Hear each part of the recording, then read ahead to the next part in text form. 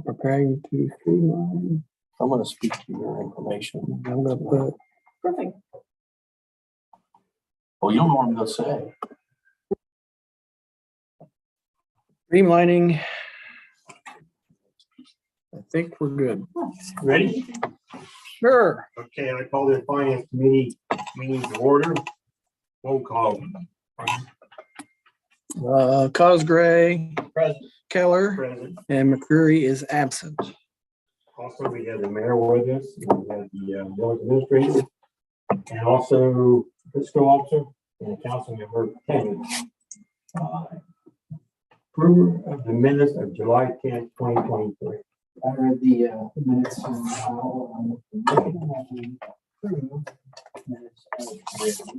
And I will second them. Any discussion on the motion? Hearing none, roll call. Cosgray and Keller. Yes. Visitors, we don't have any visitors. Let's anybody here at the table wants to talk now. Goal for 2023, keep staying with the 2023 appropriation. And I know looking at them, look like we're in good shape. We should be doing. Okay, old business, none. Anybody else have any old business that we got? Business, review the monthly financial. And that's up to you.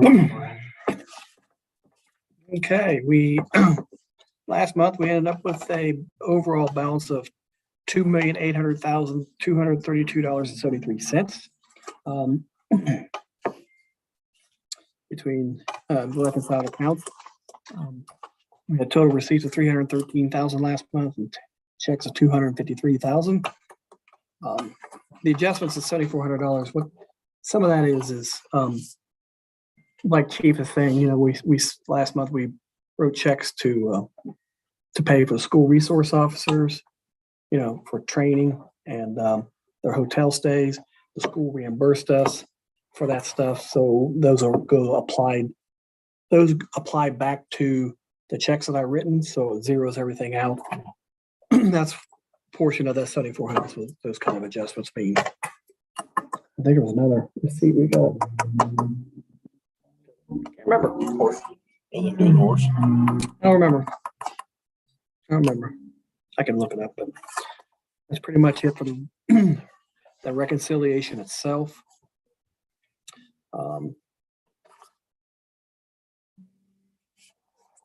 Oh, we did have 2 deposit and transits, outstanding checks of $5,800.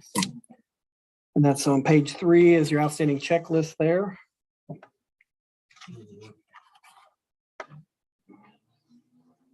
And on the following page are 2 deposits, transits. Like I said earlier, check register was well, I said 253,000, but actually it was 245,936.49. Oh,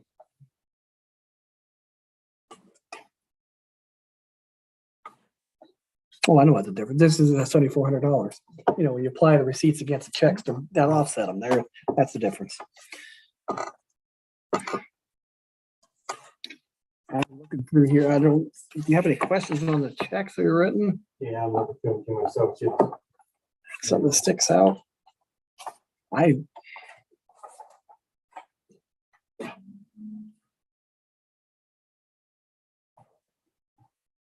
Oh yeah, as you see on page 3, you see we wrote a check to Ag Pro for $12,000 for the Gator, Oh, yeah, okay. and the insurance reimbursement was $6,600. So Now you're for- that was for the Gator, the new Gator we had to get. Okay. Insurance money was $66.18. Yeah,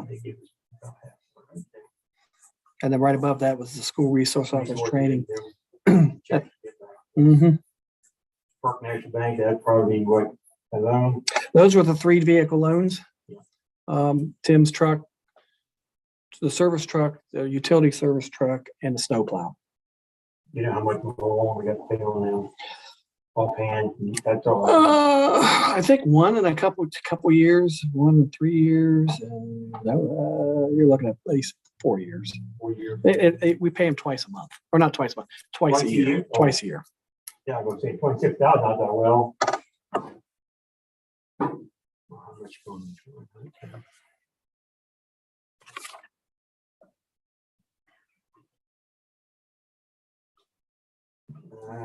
Wait, you see anything you want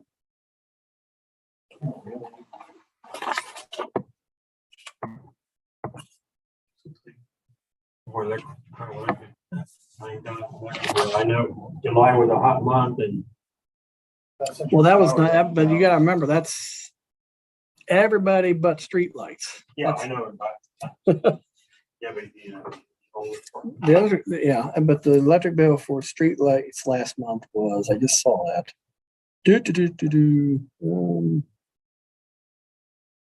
Well, I That's just, it, I don't have any questions. So, ABC was 1,500. ABC, that was the last installment for his laptop. We pay V3, you say V3? ABC, like the ABC. advanced specifications. We pay them $534 a month. That saves us a lot of money because we have them come in and do things a lot. And They're like our IT people. they're our IT department. We pay them $534 a month.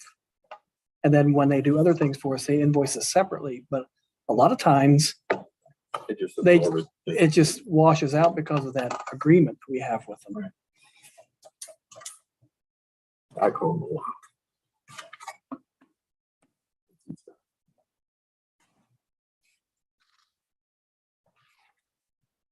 Okay, moving on to the finance report.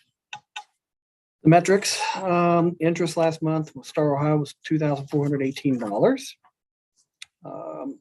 Rita's distribution was $88,981.63, which is really on par with last year.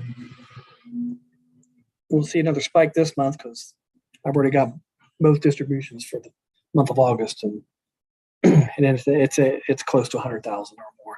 So, and there's the appropriation status with the percentages we spent out of the major funds as well as the storm sewer fund. We should be hovering around 58% right I'm now. gonna say, oh, we're 50%. So yeah, we're like, we're a good month ahead of, Mm-hmm. yeah. That could change here. We got our project starting, so in fact, that's one of the items on the agenda tonight. And of course, those revenue status, you're looking at 58%, and we're property tax, that second installment of property that comes in this week. So that'll be 100% by next month.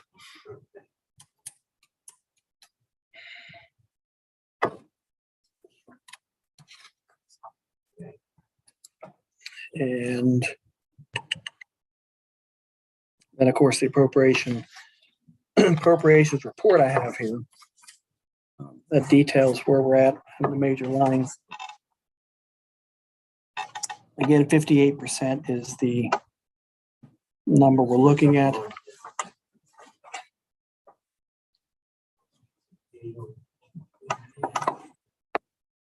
Like I said, street construction and water, those numbers are going to change down the bottom. Now, when they would change, I don't know when, but know that we just bid it out for the Brown Kumler, but that hasn't started yet.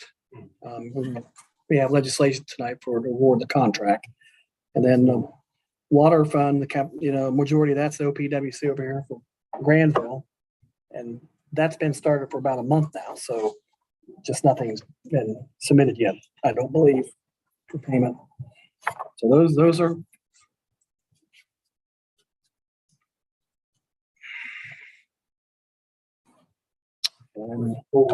Today by the last day or Yesterday was the last, well, today would have been the last day, but it rained out. So now it's only open on the weekends between till Labor Day.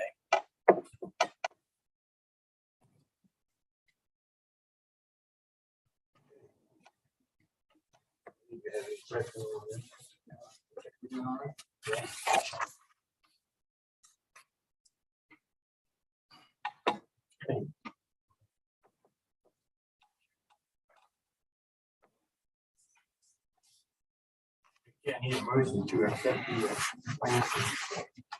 Let's make a motion that we accept the financial reports. Now, second. Any discussion on the motion to accept the financial report? Hearing none, roll call. Cosgray, Yes. Keller, Yes, motion carries. Okay, resolution 2023-15, set the tax rate. What we can do about that? no, this is a standard. We have to, we have to pass this every year. We don't get paid our taxes, on property taxes, I should say. There was some confusion a little bit earlier. I got a question about the tax budget itself. I submitted that last month. They waived the budget hearing, the tax budget hearing and tax budget requirements. I still have to provide the county with projected revenues. And then their little budget committee, which consists of the county prosecutor, the county auditor, county treasurer. Yeah, those three. They review what I sent and they approve what I sent. And they've already given me an amended certificate for next year. This is the second piece. That was the first piece of next year's budgetary requirements. Doing that. This is the second piece. Okay. Passing the resolution, accepting, and they kept the tax rate the same, 1.9%. So, and it can go through 3 readings because it's not due to be turned into October 1. I'm just going to ask you because we could pass it for like 4 weeks. No, it can go 3 readings. It can go 3 readings. Okay, who wants to sponsor that tonight? Okay, Wayne will be the sponsor. For the resolution. Yeah, like I said, this is the second piece of next year's budgetary requirements. But then we're done until the end of the year when I certify the fund balances. And of course, appropriations is the last step, which we're going to start working on those here shortly. I got the feeling. Anybody have any questions on this resolution? Okay, Wayne will take it to council tonight. Wayne will be the sponsor. Okay, ordinance 2023-18 approved the fire contract.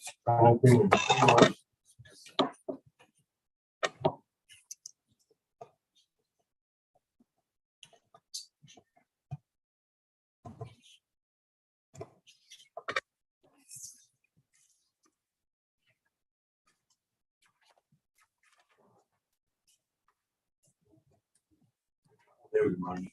See what, how much is it? 35,000. They were the lowest and best bid.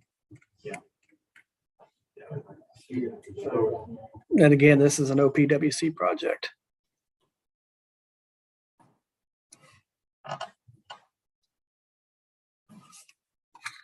Oh yeah, bid tabs on them. we got, quite a few bids. They need 1, 2, 3, 5 bids.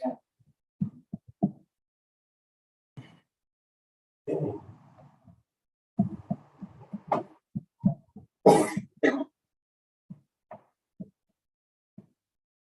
Anybody have any questions on this ordinance about the Brian Coon of Fremont Street surfing? Okay. And I'll sponsor this one. I'll send it to them. As far as I know, it can go 3 readings right now. Okay. I didn't know they want to get started on it or does it matter? Well, they wouldn't be able to pass it tonight anyway. So No, I know. I haven't, we need to check with V3 on when they want to get started. So, Well, we can pass it tonight. We can't pass it in emergency. well, yeah, you can pass it as a reading. But we can go 3 readings though. You're saying or? I believe so. I don't know when, do you have any, I don't have any idea when they're going to start. We haven't even had the pre-construction meeting with them yet, so. And by my next meeting, you don't have more. Yeah. If we need to pass it, then we can do it then. Yes. Okay, good, we'll go 3 reading until next thing, we'll look at it again. So for that one. Okay, going on down. Employee compensation. Okay, I know. Our Holbrook was looking at that. And Oh, boy.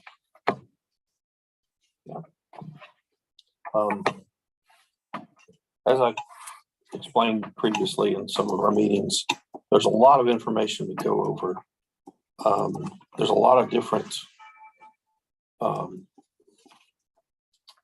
just show you. I mean, these are all the surveys and current job market.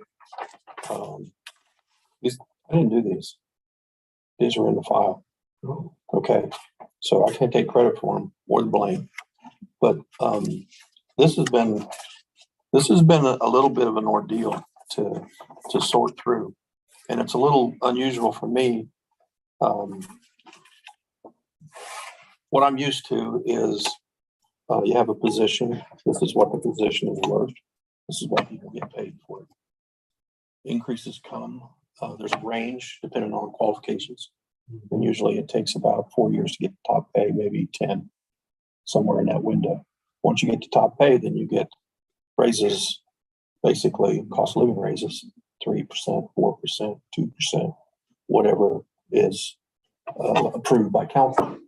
So looking at this was a little different because, as I understand it, what I've been asked to do is to consider who of our employees and the responsibilities that they have are not being compensated enough for what they do. And so I can point to a few of them for sure that, and again, it's based on what I have to look at, and it comes down to an opinion, which I don't think is really fair to have my own opinion about it. So I try to be as objective as I can. I say all that to say this. We've got a lot of good people who work here. They need to be compensated for a lot of reasons, as the mayor and I have discussed, to make sure we keep them here. Right. And we actually have a lot of young people working here now with a new, some new employees. But these are the positions that I think that definitely need to be reviewed, considered for increases. That would be our service supervisor, our parks and mowing. She's not a supervisor, but she certainly wears the hat of a supervisor. And without question, I think the administrative assistant out front definitely needs to see an increase.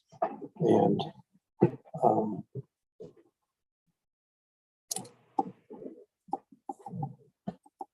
the service supervisor, I believe, has so much time, so much knowledge. And, and reading his job description changed some time ago to include a lot of the things that it didn't before. Things like overseeing the water department, those kinds of things. He doesn't oversee it, but he makes sure that he does a lot of things with the streets, with water, wastewater. Those guys can depend on him if they need something. They can call him and he can go and help them. He's a jack of all trades. Absolutely. And I understand that, and he does a lot for me as well, and help me understand things. And the thing I want to be careful about, though,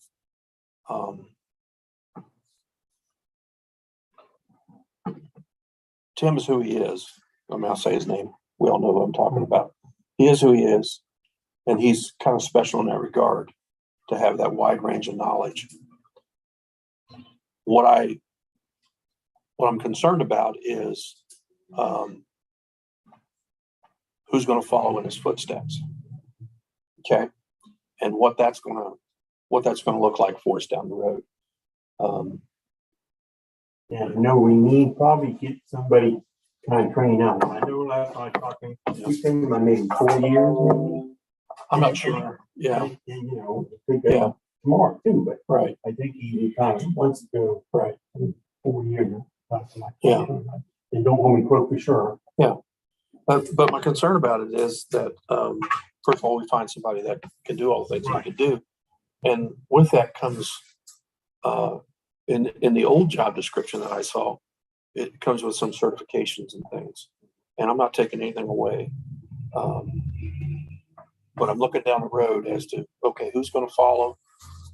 Do we have people that maybe are working for us now or will be working for us at the time who can step up? So it's kind of a balancing of what can we afford to do, first of all, and the right thing to do, what should we do? And then looking down the road, what can we expect if we do that? What are the things that are going to happen down the road? And I'll point to an example of that for you. And I've said it before, it's a great thing what council did with the incentives. With the incentives, with our wastewater and water treatment guys, our CDL drivers, and those kinds of things. That's great. Where do you go next, though? You know, I mean, if everybody in the village becomes a wastewater operator or a water operator, then we kind of, as a whole, we've said we're going to give you additional monies. And I think if it's, and I'm not telling council what to do by any means, but sometimes if you focus it into those certain areas where, hey, if you're working at wastewater and you're certified, then you're going to get paid this much. However, if you're certified and you're not working in wastewater, we're not benefiting from that. So you see where I'm going with it? Yeah. Gotcha. So with that said, I do think that Tim absolutely deserves to be compensated more for what he's doing. Some numbers that the mayor gave us, I think were pretty significant. I think the one example that she gave us, it looks like it's about a $7,000 a year increase. And that comes out to about $38.30 an hour. That's an increase from $35.05 an hour. And we have to start somewhere. And I think that's a good place, Mayor. You know, we can go up, we can go down, we go round and round.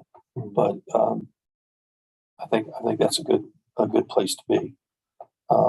Now, as far as the parks and mowing employee, like I say, she tends to take on a lot of responsibility on her own. She doesn't have to be watched or followed around to make sure she's doing what she's doing. She does ask for help because it's a pretty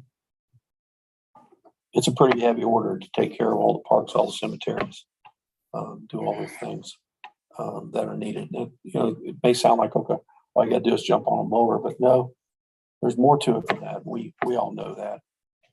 But I believe that, again, I think the mayor has a good number here. From 2060 to 2433, I think it's a bit of a jump. 26. $20.60 to 2433. Can we all have a copy of that? Yeah, I thought you already did.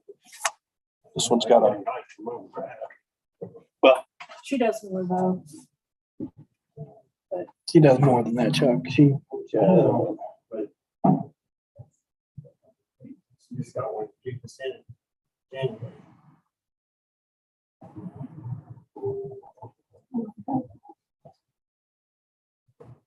And no anything on your big other shots. I thought there was another one, another paper that came out after this.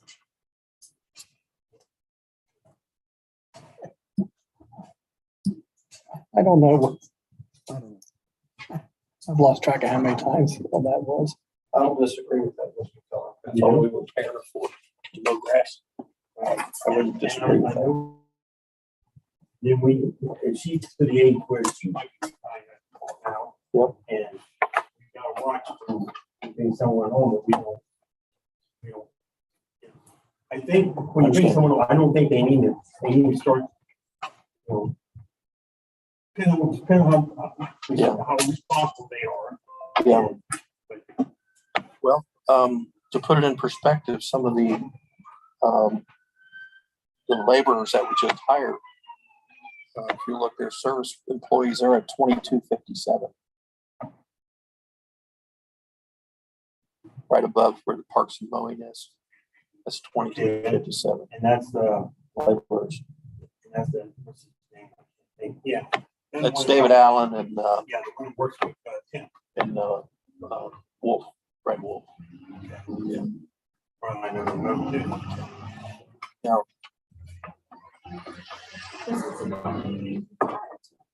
Okay, well, I can see, okay, so we paid him 22 and paid 24. Yeah, because she's kind of the boss. She is, like, she is the boss, but I hear her out there sometimes. where I live. Yes. Over in the park, Yeah, I can hear her sometimes. she does a good job. She cracks a whip when she needs to. and I know she's, She does a good job. okay. So I'd like for council to consider that.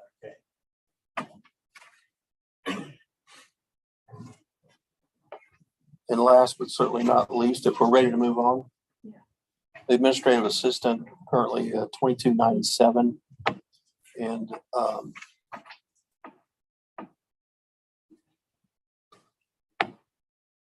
I personally can't say enough about what she does up front there.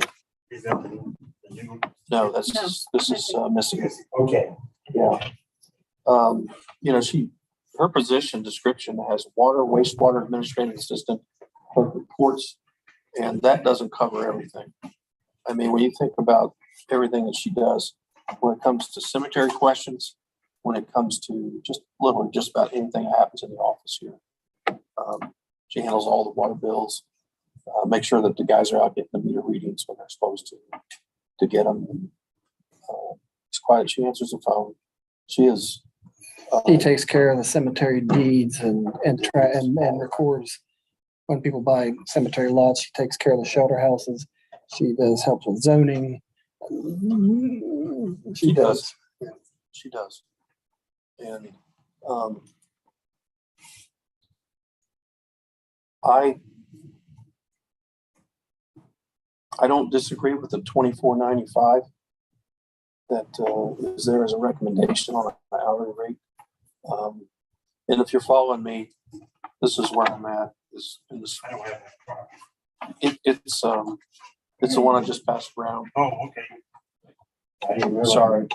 You all in it? Yeah. Mess it up. No. Okay. So Okay, this one, right? okay, yeah. I Yeah, got it should be no column right over here. Yeah, I'm sorry. It didn't copy and color. I didn't tell it to copy and color. Okay. First line is our service supervisor. Yep. He's at 3505 and I'm Right there. recommending 3830 over on the right, about halfway over. Okay. And with parks and mowing, 2060 and 2433, about halfway over. And with our administrative assistant, 2297 over 2495. And What do you recommend for the service supervisor? 3830. 3830 is what's on there.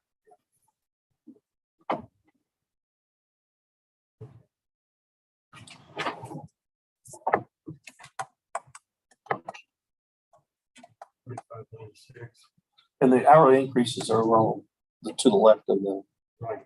you know, it gives you a figure, an annual figure.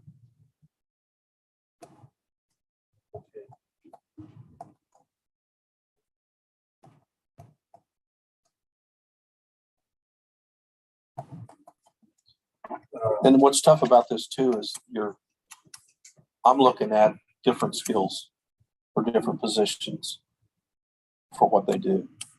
You know, anybody that would ever say that our administrative assistant is just a secretary has no clue as to what she does up front. Oh, I know. She used to be the right-hand man. If we lost her, Yeah. we would be screwed. I know. Like I said, you come in, you ask her any questions, she's the one. And the other thing too is anyone who walks through that door, some people come in to pay their bill just so they can see her. I know that. They walk in that door just so that she'll say hi to them and they'll hand her, you know, their bill. And because she's polite, she's nice and she's friendly and people like that. So she represents the village very well. So I'm kind of at a loss. I can't really come up with a figure that I think that your figure is good. These figures were from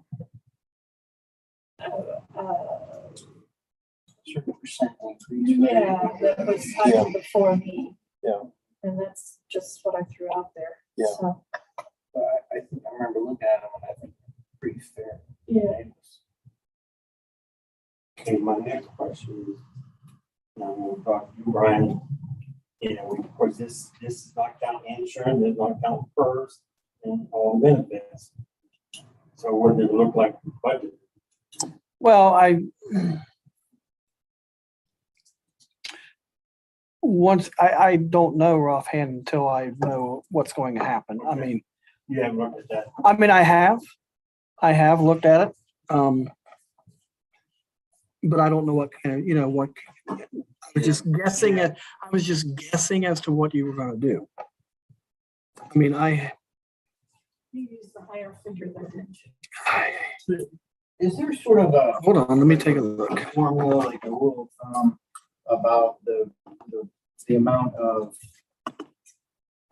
cost to the village for an employee? If it's like say $10 an hour, and then that's what the hourly rate they get for the year, whatever. And then when you count in like all the other benefits and stuff, like. No, I can give you, What is that? okay, hold on. Like, I can give you How that. much is about UPS getting $170,000 a year? To drive a truck. Right, but they do, but that's like all of their. Oh, retirement, all of their insurance, all of their salary, all wrapped up in a benefits package with their money they're paid per hour. So I guess that's what you're getting at. is Yeah, well- overall, what's the- Yeah. Okay, I see, I've got it broken down to how many pays are left in here to see what we do to this year's budget. I can just adjust this real quick to. But if you take an annual salary and you can, depending on which pension system you're paying into, and whether or not it's a family or a individual health insurance, you can plug in the numbers. For the insurance one, well, because that's locked in. That's good. That's how when they sign up the first year, how they sign up for family. Right. for individual. Right. That's renewing right now. No, we're getting ready to do that. But if you, Right. using Missy with her retirement benefits, insurance costs, and vision, you're looking at 70,000 total. For someone whose salary is what? 51. Or is that her? Huh? Oh, if we add our If you increase. increase it to 24.95, it would cost the village. This is by the year. Her total wages would be 51,896 a year. With her benefits, you're looking at 70,151. So, What does it do to us? Yeah. what does it do to the budget? It would take you a minute to figure that out. Yeah, it would take me a minute because Well, the first thing you see is a $4,000 increase for the employer. I mean, what I may have that information. Sorry, budget. Using just Missy as she gets paid.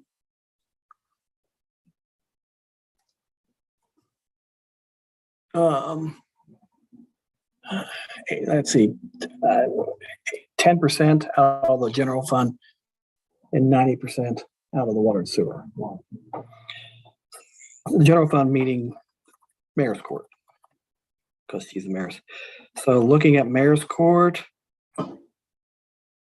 rest of the year, we're okay, giving her the raise. Water and sewer, we're still okay.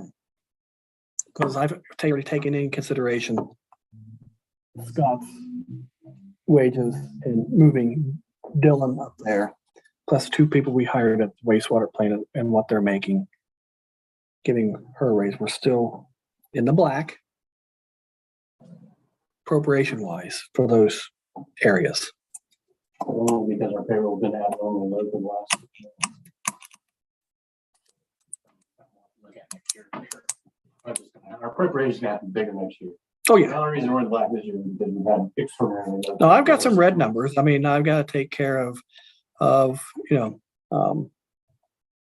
remember I showed you at the beginning of the year, I mean, not the beginning of the year, remember when the police department making their changes, so forth. Brian coming over, stepping over as the administrator, we're in the hole there, which I can shift some money from the administrative staff to cover some of that. But we just hired Kelly Savage as our, communications coordinator. There we go. That's a good term. But she only worked 8 hours last pay, so that's not going to affect you. You're maybe an hour a day. The police department is in the hole. Not yet, but they will be by, I'd say, in another month or so. I can look at it. Money for it. Yes. Yes, but It's not. it's, when you look at their budget, you look at, this is what they cost, is this what they bring in to offset that stuff? But with their payroll, with hiring the full-time staff, bringing on Brett Rogers for this year as the deputy chief, you have, I think, Officer Molina going full-time. They're going to be about 40,000 in the hole between now and the end of the year. Melina's been full time. Okay, I misspoke then. Leonard's going now. But again, they don't have, but their budget for part-time officers was pretty high, and a lot of the part-timers went to the full-time staff. Officer Laner, I guess, resigned. There's only 4 full time there now. Chief, deputy chief, farmer. Yes, No, Farm- 5. five full-timers. Yeah. 5. Okay, so we passed that one. Cause, and I remember 6 years ago, and maybe 7, remember we had laid off people because you remember that? No, that was before me. It was before me. We got to the point where we couldn't afford all the employees. We laid a bunch off. We laid a couple off. And I don't think, I guess nobody did there. I remember when the police department got laid off. Yeah. I heard about it. I wasn't here, but I heard about it. And I don't want to get in that situation again, because I think once we get this, then everybody's up to speed where they should get when we go to yearly, just a percentage. And Chief Tussey cannot hire part-time officers anymore. That's just, Okay.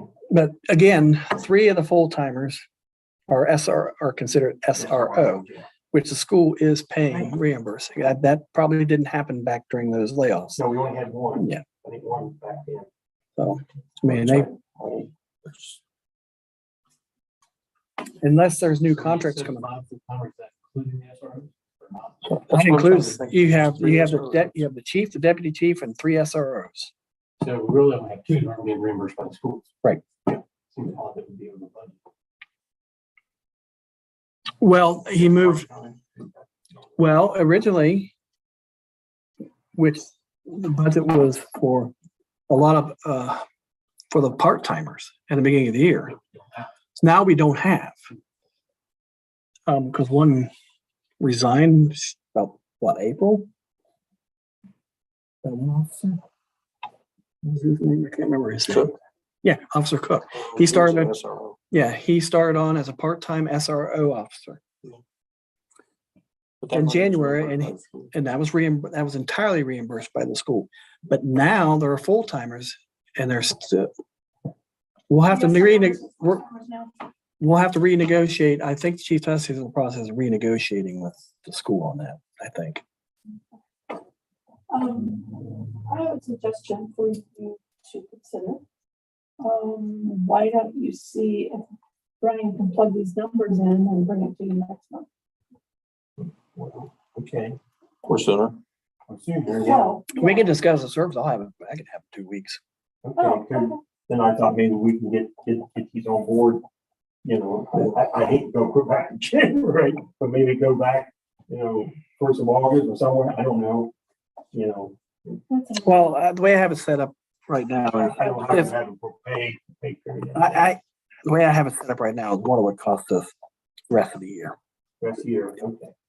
I mean, this spreadsheet here. Well, you can get, by now, maybe we'll start September first. So we've had, since I've updated this spreadsheet, that we've had 2 pays, so it's gonna be, it's gonna be, this is calculated, I think we had 11 pays left. Yeah, because I was at, I calculated this at 880 hours. Well, one thing about it, we've already talked about it in committee, and we could talk about it sort of one entity. Is this what you were looking for? Is the Yeah, committee, yeah. just these recommendations? Good job. Sorry, it took so long, but I was, maybe just trying. Hey, you did it, don't What? Okay. Well, did you get Brian up? What information do you want? in the book? Well, most of the benefits. Well, I mean, Yeah, we already got, like, kind of stuff over here. The benefits were established at the beginning of the year. Okay, so That's, were we? that's not really gonna be an issue other than the police department, some of the other areas where people went from part-time to full-time So status. we can pass it tonight. And I could show you, yeah, and then in 2 weeks I can, Sure you can exactly what it is. So for those 3 key positions, that's what. Well, everybody kind of. Yeah, the 3 key. the 3 key, yeah. But some So of do you need to make a motion to them- bring it up to that and then no, I think it'd be, well, that's a good question. you tell me? What do you think, Brian? Tell me. I think you need to talk, I basically discuss it amongst yourselves and see what you want to do. And then agree on it here and then move it and go to council. Brian, council, then pass it. Yeah, My Well- understanding is that, well, bring it up at council tonight, and, Yeah. you know, just, the village administrator and the mayor agree that the service supervisor, the parks and mowing, employee and the first administrator says that need a pay raise, and we seem to agree on the one with the totals, if we give 1/2 of whatever percent. That was, that formula that came up with that. So, and I'm okay with that. I say that's a good idea. There's some others that probably will. Go ahead. There are probably some other increases that you and I need to talk about. I'm not involved in either one of them. Those people work directly with you, for you. So. All right. But another question, I know we're talking And I'll about. just tell you, it's our fiscal officer, then would be our solicitor. And so if those need. The solicitor isn't our employee. No. We pay.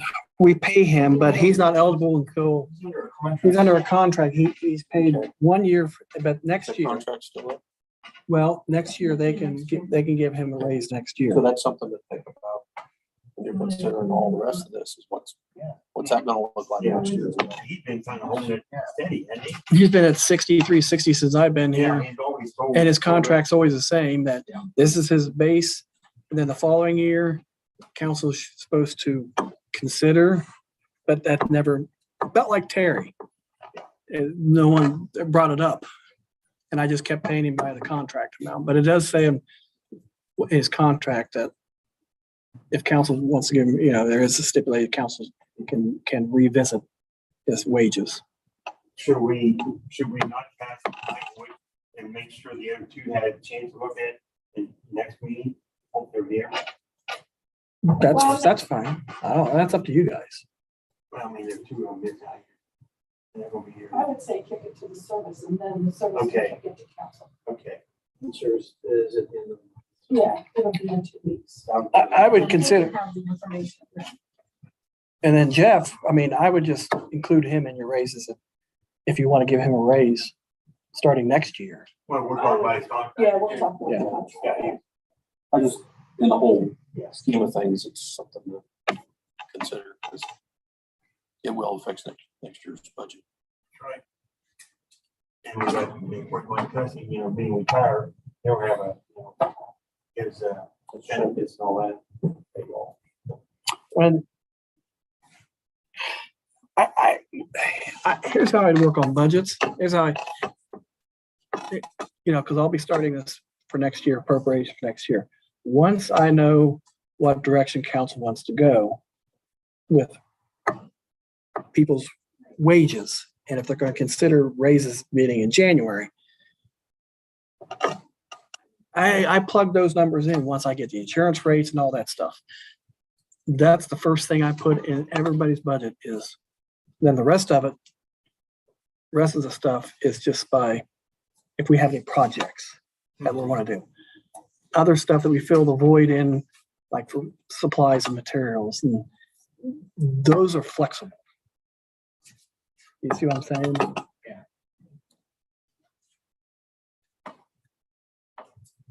Okay, anybody have any more questions about compensation? We will, we'll take that to, that'll be moved to service next in 2 weeks. Anybody have any new business? Any evidence? Got a couple things I'd like to mention. Sure. I know we're getting close to the end here, so I'll just go down the list.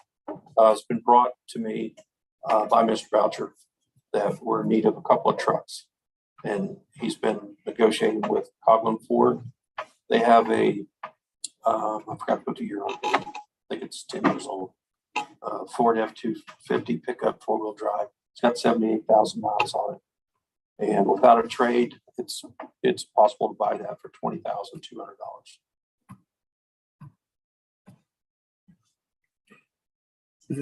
Is this for Peg's truck? This is to replace Peg's, I mean, that thing It is is like 30 years old. 70-something.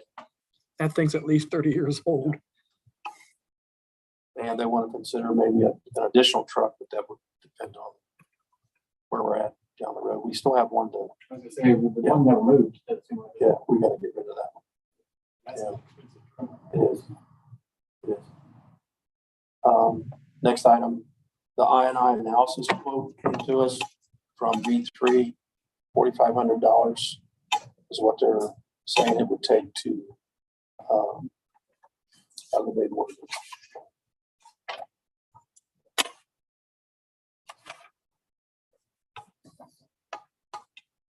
Review and analyze current data, identify locations experience most inflow, provide recommendations to the village, identify any potential I&I reduction projects based on the data. We're going to have an I&I reduction project for sure because of some recent situations that came up as well. But $4,500 they want for that. When we get more formal information on that, we'll bring it to you. Okay, so I don't need to have any. Nothing. Whenever in the truck, do we need to move on that? Or We don't have anything in I writing. don't have anything yet. I just want to mention, so it's, You said 2 trucks. What was the other one? well, we're not there yet, sir. Okay. But yeah, cemetery grant is in. They haven't approved it, but they got it. And that's to cover part of the cost to repair the mausoleum windows. $10,050 to repair those. $2,500 is the grant. Now, I will mention to you that I found where we've got a previous quote to that for that repair in 2020 of $7,100, which I guess we missed the boat on that. So,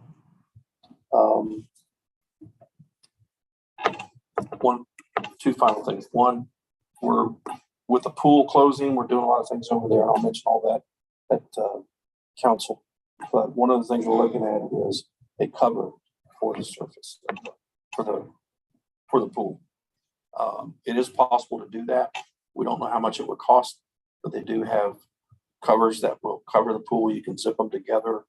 They're not as difficult. I know it's a big area, but it's not as difficult to do that as it used to be with just one piece. We do have pool grant money still available. We have to see if that will cover that. And finally, your question about the paper mill, I finally got an answer from Mr. Hinkle over there. He said the reason that it was 3 times higher last year was because they did more dredging work. And I can tell you they were done. You mentioned this to me. It didn't take them as long this year as it did last year. That's the best I can answer. Now, we did, I think the council did a very nice thing and gave them a break on the price last year. So I think that probably. No, they didn't get a break last year. No, Was it was for this year. Yeah, it was for this year. Yeah. Oh, Based on information Yes. from last year. okay, so they paid the full price last year. Yeah, they did. Okay, all right. He didn't acknowledge whether they wasted 2/3 of the water last year. I'll show you. It's a very direct question. I don't think he was even there, actually. Probably. I don't think he was. You know, the information I got. You mean you don't think he was working there at the time? Yeah. Yeah, he may not have been. Yeah. Yeah, the information I got was firsthand from someone. When I first met him, he expressed that they want to collaborate with us and do some things. Yeah, because as I also mentioned, the bulk rate doesn't include treating it as a sewer plant. Obviously, that water is also getting treated as a sewer plant, so I'm not even sure the bulk rate should apply. But then again, I'm hoping that that's a point that I can make with him. yeah, I mean, bulk rate, you usually put a truck of bulk. Yeah, they take it all. Yeah, we're treating it up there too. Yeah. So And that's why it needs to be part of the negotiation instead of. Exactly. And we're up for, versus two pennies is irrelevant. we're up for a contract with them. So we have been since Last year. last year. Yeah. That I guess The- the MOU. Yeah, the agreement we had with them it technically expired last year, but it was one of those clauses where you continue if you don't renegotiate, it continues on. Is it something about negotiation? That's something that should get to as or something involved in has more. You know, I've got the contract and I was trying to think of who to involve in reviewing that. V3 was involved with them the last time. Did we ever get anything for $30,000 from V3 on the east side stormwater? Glad you brought that up. We brought that up too, didn't we, last week? Sure. Actually, they may have a solution. Did they not? That's what they sound like. Fix the tile. Pretty much. I know. We could have fixed it for less than $30,000. Yes. We all kind of looked at each other and I think it's in my notes to council that, you know, the county's not going to help, ODOT's not going to help, and the township's not going to help. So it's kind of our issue. Water can be done If we- to a 15-inch tile that's open. We don't want to pester the residents over there in the area to pay for it. Evidently, they already done the walkthrough. That's what I gathered. Yeah. I still thought they were still gonna do the walk, but I guess they've already done it, Okay. which we asked. Tile costs $30,000. The pipes are made out of gold. Well, Tim brought it up the other day. We were already talking about getting a track hose going in there and Go from the south, go north. yes. Do a kind of go, Yes. start the whole way and go back to To the source. I think they were gonna work on some easements though. I was gonna say, Yeah. can V3 earn that money and get the easements? for the Yeah, I entire think line? they're Yes, working on yes. that, yes. And have they done anything on getting one with stitch lines? Jeff was That- talking. that was- He said that he doesn't know anything. Yeah, Jeff is working on that. Jeff. With Stitzel. Matter of fact, he sent me some emails. I'm sure he's going to talk about it. Anybody else have anyone new business? All right, our next meeting will be September 11th at 6 o'clock. Okay.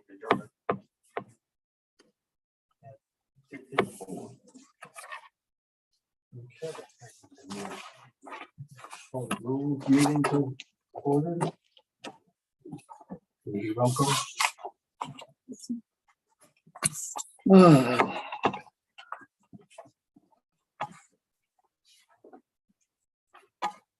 Foreman, Yes. Schaffner is no longer on Zoom, so she's absent. And let's, I don't think we have any way to approve the minutes from the last meeting because Ms. Litz was not here, so she'll abstain, so.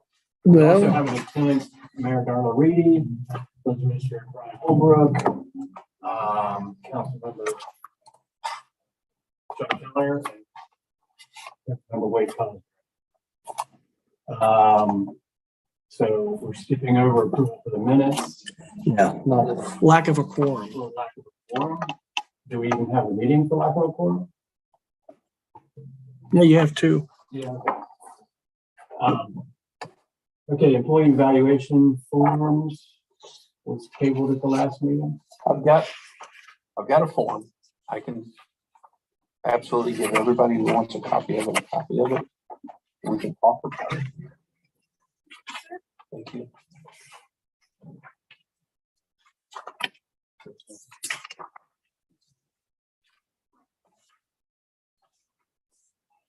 Yeah, I think everybody here has probably been in a situation with employee evaluations, either receiving them or giving them. Either way, I don't know which is worse, to be honest with you. And if you use a point system, then there's always, there's a different way of looking at this. I don't think there's a perfect way to do this. I really don't. You're asking the supervisor basically to be as objective as if they know the person, but they know everything about them. And when you look at the point system, you look at job knowledge, useful technical skills, information used at work. Okay, they're good at that, so they're satisfactory, right? At what point do they become good? Maybe after a few years' experience, and you tell them to do something, know right away to do it. How do you get an excellent in that? And I can probably describe to you how you do it. But it's really subjective as far as the rater is concerned. So that's one of the things inherent with a point system. But if you're going to have a point system is usually tied to something else. A lot of point systems are tied to what I was talking about with pay raises and those kinds of things. So I guess my question, I seem to have more questions than answers these days. I'm working on it. But what path do you think as a rules committee do you want to go down? Do you want to go down a path where we have a numbered system? Or do you want to go down a path where we have a system of evaluation that says, this is your job, you're doing your job, here's some things you need to improve on, but there's no numbers associated with it. And it becomes a more, I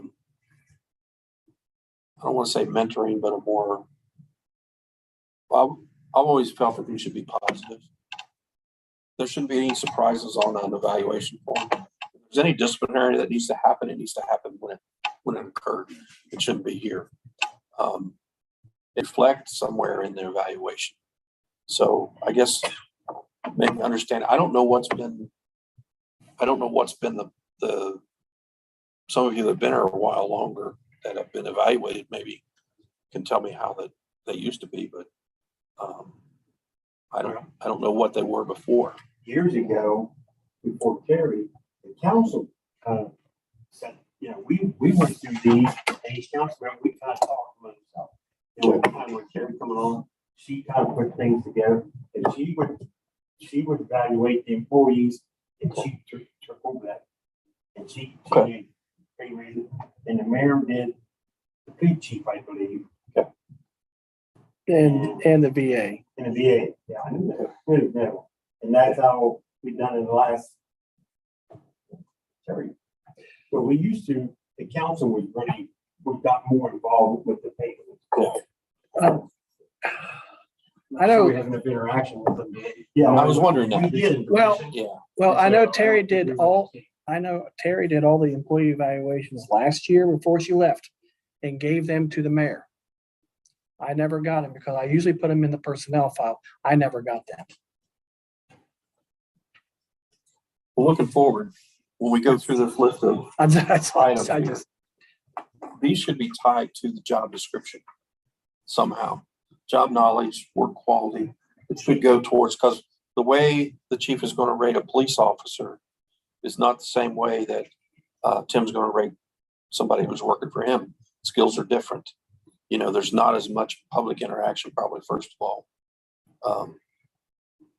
And the skills are different, obviously. So I would like to see a more focused way of letting people know if they're doing a good job. Or I can tell you when I managed people for 30 years before I retired, and the way my staff liked it, because we were on the number system and it didn't work because everyone thought, well, I should be X, I know my job, I'm here on time. I've been here 20 years. So the number system didn't work. So what we did is we took, like you said, each job title. So as a manager, I was rated different than someone answering the phone calls. Right. So what we did is we took each job description and we said, okay, here's the skills that we need for this job description. And every month I met with the employees, and so there was no surprises. So every month, and it was documented, it went in their file.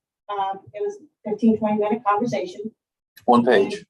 And every month we met with the employees and we said, okay, here's your, here's your job title, here's what skills you needed, here's where you're at. And so we went over their skills, where they were at in those skills, and what we expected the next month and the next month and the next month. And so then we both had that discussion. We both signed it like you were getting a performance appraisal. You knew what you were signing. And then, like people answering the phones, we recorded phone calls. So we listened to phone calls during that time that we met every month to say, what do you need to do to work on those phone calls? And then at the end of the year, all of that was combined and there was no surprises. This is what you've done every month. And then the raises were given out accordingly to if they met those skills or not. Because in everyone's book, if I know my job and I'm doing my job and you don't have to come and babysit me, I'm a 5. Right. Okay. And that makes a lot of sense, really, because how many times have any of us been in a situation where you get an annual review? Get an annual review, 12 months goes by. Whatever happened in the last 12 months, you're usually rated on the last 60 days. Mm-hmm. It's what you remember. It's what Mhm.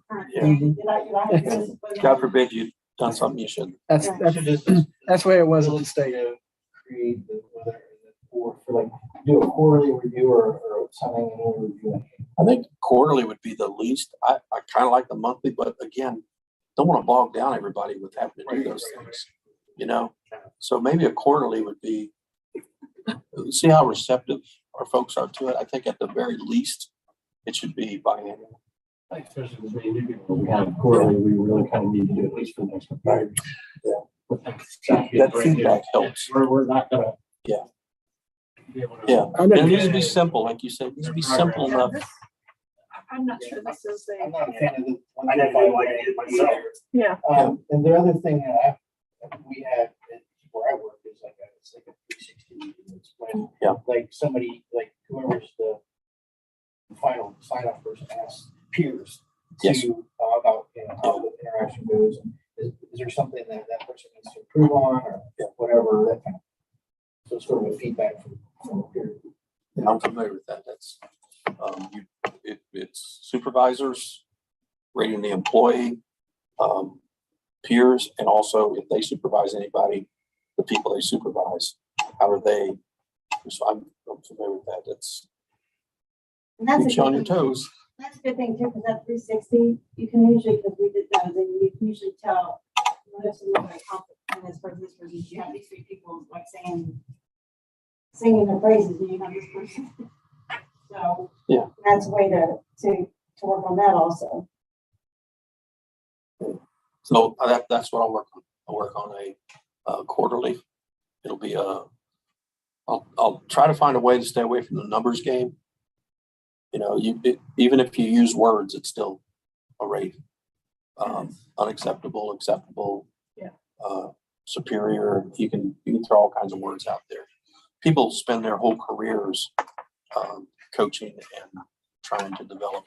One of the things, sorry to interrupt you. No, One of the you're not. things that, working for the military, all the time. So what our boss would tell us to do is like, what you write down what you do, and the X number of these things that you do that you do well, People write your own personal record taxes over the month. You say, this is what I've accomplished. And that should be, I don't know how we do it with personnel files. And managing those, keeping those available. But a lot of what we used to call attaboys would go in there. And when somebody would, even if I was out talking to someone and say Chuck Keller said to me, hey, that employee that was over there that day did a really good job, I should make a note of that, put it in a file, let the employee know, hey, somebody said you were doing a good job. So it goes on record, because God knows there's enough people out there that say other things. Which can maybe more positive. Yeah. Sure. But I mean, you're right. It's keeping track of it. We'll work on it. Next thing you'll see will be a more, it'll be I think quarterly's good. I like the idea of quarterly. So, sounds like we just punted that back to the village administrator and we'll revisit that at the next schools meeting. Moving on to finalizing the VA jobs. Have we made progress there? I'm still at a loss here. I'm not sure. And we talked a little bit about it, but we didn't get to. There's a couple of examples from the employee manual of where the zoning administrator kind of position went away, and the village administrator position kind of took on those duties.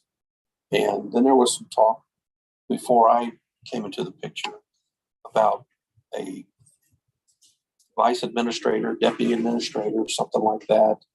I'm getting a sense, I hope I'm right, that that's not really the way the council wants to proceed. I'm not sure. Maybe you do. I'm not sure about that. But I can tell you that what I'm doing now is I'm staying busy.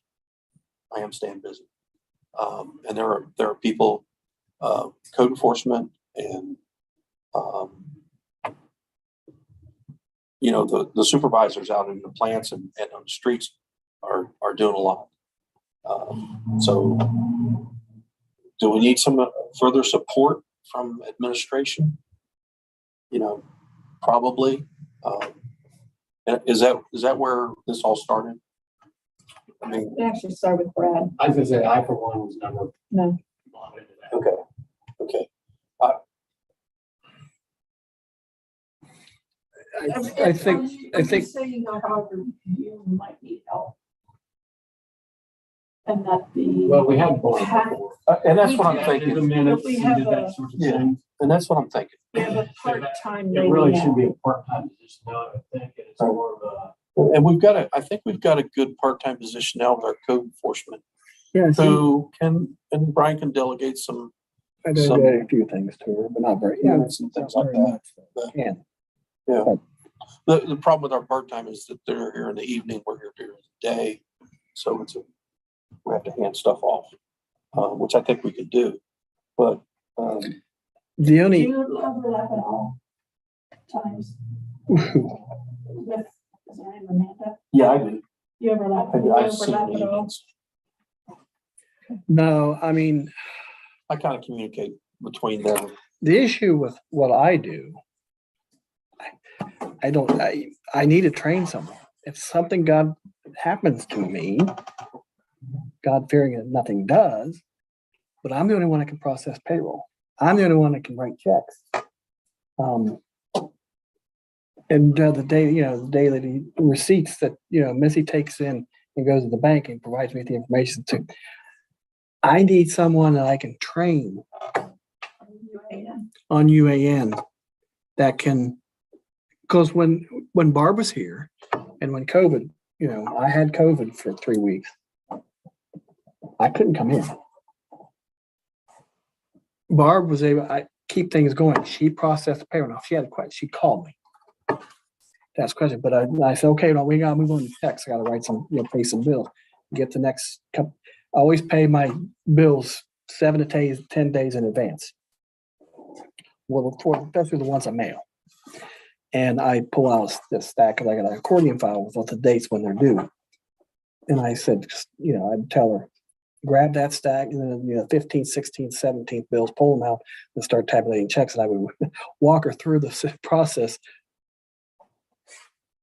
through UAN. Now, she was able to do some of it. I've got instructions on how to do payroll. So if push comes to shove, but I need someone to back me up. And if I'm out for an extended period of time. Put a job pushing out for a part-time office administrative assistant. Well, that's maybe that's something that Amanda could do. No, she's got a full-time job. So, I mean, Can Missy be trained? Missy don't have time to do that. Okay. but that basically would be barter replacements. And you never know, I mean, there might be some retired municipal worker or state worker that has knowledge of UAN that is looking for 20 hours a week or something to do. There's a lot of people who retire pretty early and pretty healthy and they want something to do, but they don't want a full-time job. So, yeah. I'm one of those guys. Yeah. This is No, an administrative. seriously, I mean, I need someone Yeah. that I can train. If something happens to me. We're not gonna find something, we'll put a job posting out. This is an administrative assistant position. This is one that's not filled. It doesn't say full-time or part-time. So it could be, this is a copy. I'm gonna give this to you. Okay. So you can work on it and we'll post a part-time position, specifically. We can use our new communications coordinator for that. Oh, yeah. Oh, yeah. Oh, yeah. She can do anything. Yeah. Okay, so I think Done a we great job. covered that for now. Moving on, old businesses, we were talking about village alleys, although that was mainly Deb, I believe, who was wanting to continue talking about that. So unless Tammy has something to add there, I know that I don't. So we move on to new businesses. So you want this removed? Not without Deb be here to give that a blessing. Okay. New business, I saw ordinance and codified ordinances, and that was something new that I didn't know we were trying to deal with. Every year, well, I was supposed to do it every year. It's like housekeeping. Basically, I took last year's ordinances, PDF'd them, sent it to American Legal and say, hey, we need to codify, they would go through them and they codify, and that's what this is. That's what this, Jeff can let you know whether or not it needs to be passed. Well, it can't be passed tonight, but basically they're updating those sections of the codified ordinances. So do we just need to send this to council? Yes. For the readings process, I believe so. and does it need emergency language? So it'll go into effect right away. Okay. Okay, so So we could go to 3 readings. That's a Jeff question. yeah, so, do I have a motion to send this to council?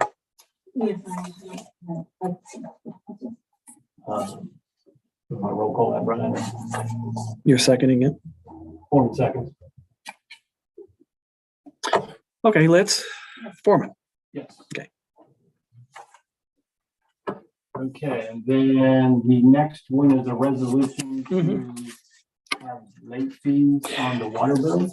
Yeah, this came about 3 weeks ago. I got a public records request wanted to know all the fees associated with water and sewer. So I went through all the ordinances, codified ordinances, and most recent ones we passed last year, like for the rating, the reduction in the sewer debt charges. I provided with that copy of our rates, water rates, and a codified ordinances. And if you look at the highlighted part, then all water and service bills subject to a late charge of 10% at the net amount due if not paid on or before the 20th of the month in which they are due. Well, we switched from the 20th of the month to the 1st of the month 4 years ago with MuniLink, and this needs modified. And Missy was wanting to know if we could modify it, to the 1st of the month, but maybe give them some 5 days. 5 days leeway. You know what I mean? Like instead of, Like she said, some people get paid like the first Friday or something. so I highlighted this because this needs modifying. which this is the resolution that he's modified. 32 years old. Yes, it was Dennis Keller and Huey Schaffner. Fun stuff. So I discovered this and I'm thinking this lady who requested the records will probably point this out. It was just one of those things that got lost in the shuffle. Skipped over. Okay, so do we need to put emergency language? So No, motion to send this to council? what we need is to have Jeff draft legislation. Yeah, Rewrite this. to rewrite this piece of pie. We don't. So our rules, we want to make that. We want a resolution to have Jeff prepare to reword section B there. And however you want to reword that. They're due on the first of every month. That's right? correct. Because they don't have to come out, so. Yeah, So, And there'll be a 10% fee charged off to the 5th. no, right now it's the second. Oh. If you don't pay by the first, you get a 10% late fee on the second, so we're, unless it's on a weekend. so we're wanting to take that to the fifth. Yeah, that's what Missy was wanting to know. If a 10%, You want 5 days, you want 10 days? You I'd want- say 5. I'd say 5, yeah. And so we need a motion to refer that to Jeff. yes. I make a motion for that. Okay, you make a motion to, Refer the resolution to Jeff to rewrite it. well, I think, Jeff, you're here. I think we have to provide him with that language. Like, To change. To the change- resolution from the current date to the 5th of the month following. okay, motion to make to 5th of month following. Okay, Tammy made the motion and Corbin second. okay. Sorry. I guess it's only two. All in favor? Aye. Okay. Okay. Moving on, that's the end of new business. Next meeting is held second Monday, September 6:45. Do I have a motion to adjourn? I would make a motion to adjourn. Corbin second.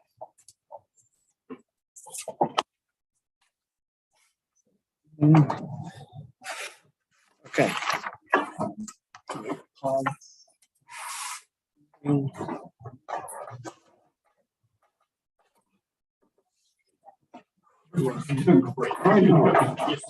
How are you doing? We've been talking a lot lately, haven't we? I'm trying to figure out. This is good. You plug that in? I think it's very awful. Thank you. That actually, apparently. Is that what it is? Well, it's not an accident. Not an No, it's a gentleman trying to I leave, just don't know. having pulled over the line in front of the pizza shop. He stopped in the middle of Landis's field. And he got out of his truck. And as he got out of his truck, now there's highway patrol sheriffs and So the road block. guns drawn. I'm still recording. Oh, nice. Yeah, Morning pause. Not Real close to video. the VFW. yeah, yeah. At the detour. There we Not the go. VFW. I don't think that's for enough for him.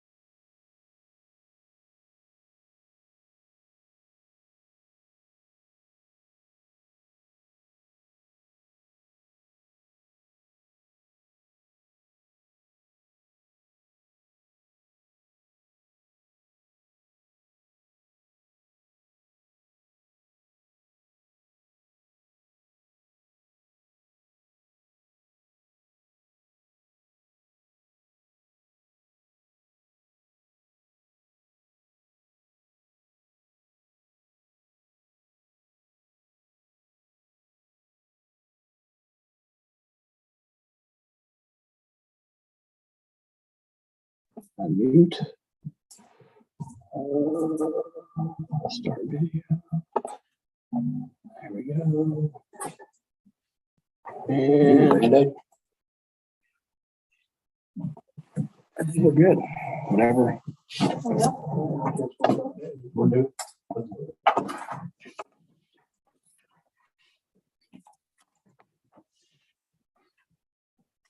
Father, who art Lord in in heaven, heaven, hallowed be thy name.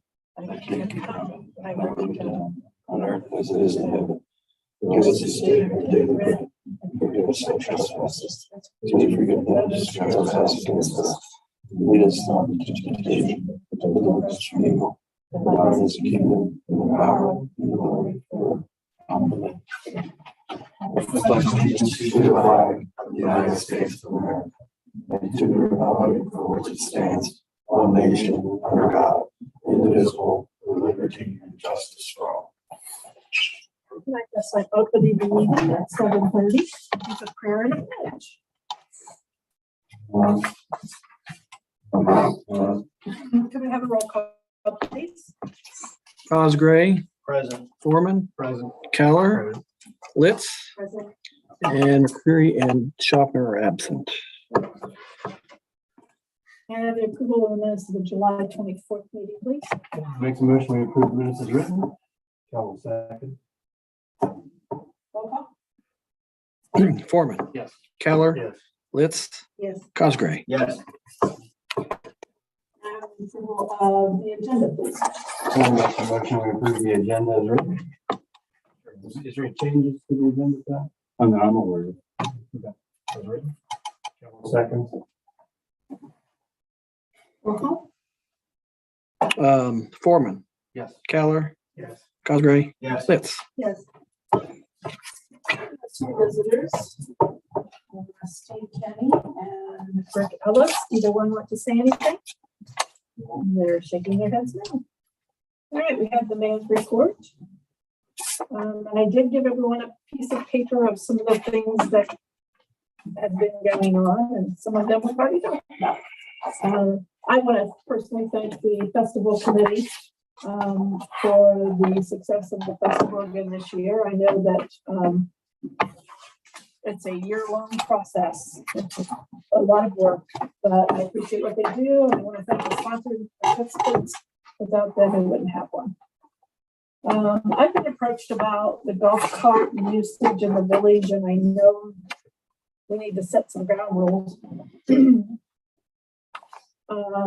First, I know that golf carts can be used on any road 35 miles an hour or slower, but to make sure that we need to make sure that the golf carts have been inspected, licensed, and only licensed drivers to operate the carts. I like to suggest we discourage driving the carts on 256 and 158 because we have a lot of traffic on those roads, which includes large semi trucks. Mowing at the Pine House has happened. However, there looks like there's some weed control that needs to happen. The mirror across from Fairfield National Bank's ATM has been readjusted so we can see down the hill. We already talked about the grace period for water bills in the rules committee. So we're going to change that. We're still having discussions about Summer's Choice being a village street or not. I'd like to table those discussions till after we've decided what to do with 221 Elwood. We talked about the pay bumps in finance tonight, and that's continuing. I had a concerned citizen talk to me about one of our police officers during the 5K run early festival Saturday morning. According to him, he was treated rudely and was not allowed to travel 2 blocks to his home, even during the break in the runners. He also said he observed this officer treat out of town people the same way. He didn't feel this was a good reflection on our village, and police Tufsy was involved and took care of the situation. So I just want everybody to know that our police chief took care of it. Any questions about any of this? Not the golf cart. I think we talked about that. They have to get here, inspected by the chief. And they're like, Right. Isn't that what? Yeah. If I just want everybody to kind of reiterate that it's in our minutes that, Oh, you know, I really don't want them driving on 256 and 158. They cross whatever, but I just think that's dangerous. I myself have had to do it a couple of times, and it was scary when a semi goes by you. So I just want everybody to think about that. But side by side. I don't think so, do they? Yeah, Are they We have as licensed? many side by sides as we do golf carts. Right? And they're golf carts? they're all, there's the form, I think it talks about undersized vehicles or trucks, golf carts and side by sides are all like on the same form. If you want to get them licensed in the state, Yeah, and Yeah. now they require seatbelts on golf carts. yeah, So- seatbelts, windshield wipers, windshields. Oh, do they? Okay. Yeah. I thought about maybe having signs put at the entrances, but I don't. It's been suggested that wouldn't do a whole lot good anyway, so. I don't know, has there been any restrictions by any villages? There are some on villages, certain- on yeah, certain they- roadways? yeah. The Or, problem you have is it's 35 is the highest on those streets. Yeah. But the traffic is a concern. The other yeah, traffic is a it's still concern. dangerous, but So I wonder. I can look at some neighboring communities and see what kind of legislation they have on golf carts, use of golf carts. And give you an update. But I also see people riding bicycles, come through town, and it'd be 2 or 3 wide, just wide golf cart. Section of the code for that too. They're supposed to be up against the furthest point to the right of the Oh, no, right. lane. They're supposed to be, And one per, not double wide or. no, they're supposed to be the first Single. point right to the right. And using the bike lanes if they're there. But we see them all the time doing that. Taking their lives in their hands. Okay, do we have a village administrator report, please? Yes, I have a copy of it in the handout in the agenda. Parks and pools, we talked about that earlier today. Mausoleum windows being repaired, that is in the process. I want to give a shout out to Kathy Turley. She continues to volunteer and work with people who are helping us in the parks do the cleanups and the equipment. Really appreciate that. They're going to do it again this weekend and be on the website that they're going to be there. Old Park received several tons of gravel and Boys Baseball Association. They continue to do an excellent job of maintaining that park over there. I was on a phone call with Joe the other day, and I had to cut it short, but I know they're doing a lot of good things. So I drove through there the other day, and I also saw that there was a Boy Scout who had, or I'm sorry, an Eagle Scout who had a project over there, and he's finished that up. It had to do with the starting point, I guess, for the nature, or not nature walk, but the walking path they did a few years ago. So they're doing a good job over there. We talked about the pool's going to be closed for the season here after the Labor Day weekend. We're going to do a leak test to see if we can identify any tests there. I guess they've done those before and they found some problems, and they're trying to stay on top of that. We also talked about possibly getting a cover to protect the pool. Mentioned that earlier at finance. And also we talked about getting another truck for Parks Department. Streets maintenance, we're all aware of this. Spires Paving is going to handle the job over at Brown Coomer and Fremont. We're meeting with B3 more regularly. U.S. Department of Treasury released updates on state and local fiscal recovery funds. There's going to be more available after August 16th. We'll be looking at that as far as infrastructure money to continue some of the work that we're doing. Holder Road Drainage Project. That's something that V3 is convinced we're probably going to have to. We talked about it earlier. We're probably going to do it on our own without assistance from any of the other parties. Water facility. There's some water damage on the inside of the building. We're gonna try to figure that out. They're gonna work together. The supervisors can try to get to the bottom of that and get that protected. There was an estimate. It was pretty high, 11,000. Our cap was there, and we'll be getting a report from there soon, I hope. Flushing of water lines. If I could just take a second. Our water lines are in trouble.